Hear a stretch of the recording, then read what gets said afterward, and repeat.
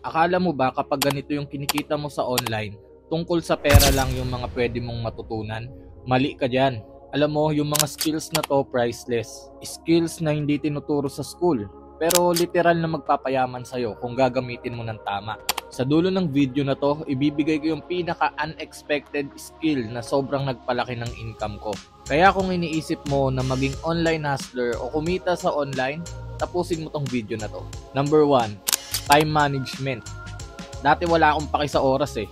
Gumigising ng tanghali, biglang mag-work pag feel ko lang, o kaya naisip ko lang.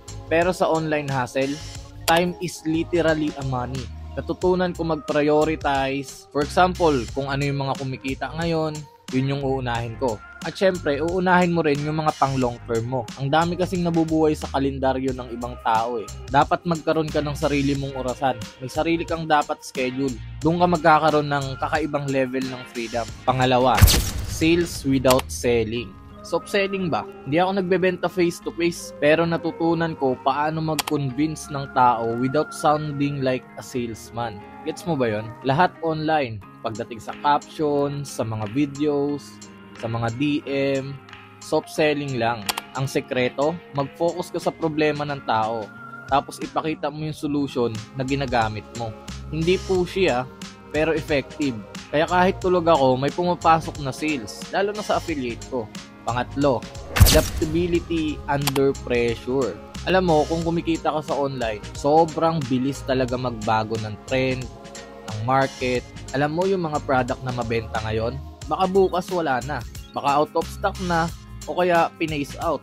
Yung strategy na gumagana ngayon, next week, baka useless na rin. Kaya dito, natutunan ko mag-adjust agad. Walang reklamo, walang iyak-iyak o hihintayin ko pa umayon sa akin lahat. Gawa lang ng gawa ng bago, adjust lang ng adjust. Yun yung skill na hindi mo mabibili. Pero yun din ang dahilan kung bakit kahit anong mangyari, may kita pa rin ako.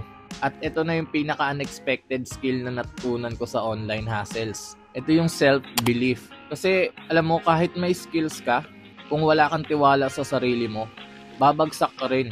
Kanina, ang dami kong sinabing skills na natutunan ko.